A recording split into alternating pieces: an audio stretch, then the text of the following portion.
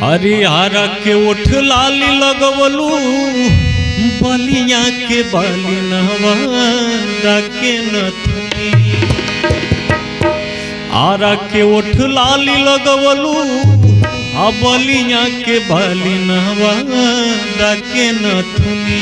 त कौन जिला के जिलेबी हाऊ हे बबुनी, कौन जिला के जिलेबी हाऊ हे बबुनी। आरा के उठ लाली लगवलू बलिया के बाली नहवा के नथनी। आरा के उठ लाली लगवलू बलिया के बाली नहवा के नथुनी।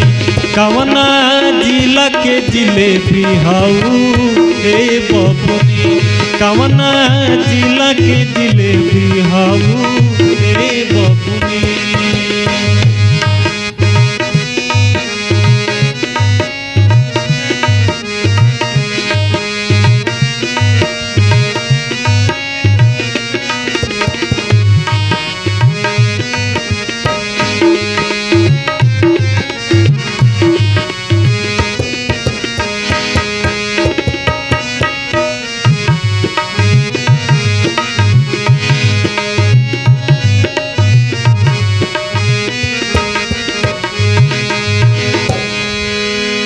सोनपुर तो लागेला सुघराई, गल गुल गुल गोरखपुर के गोराई।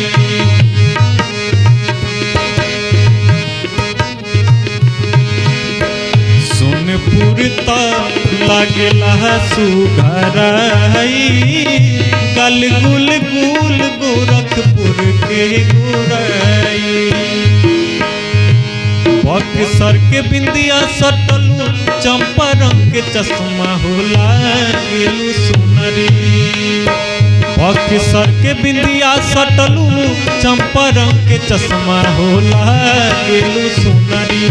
कवना जिला के जिलेबी हाऊ हे बबुनी, कवना जिला के जिलेबी हाऊ हे बबुनी, कवना जिला के जिलेबी हाऊ हे बबुनी, कौना जिला के जिलेबी हाऊ हे बबुनी।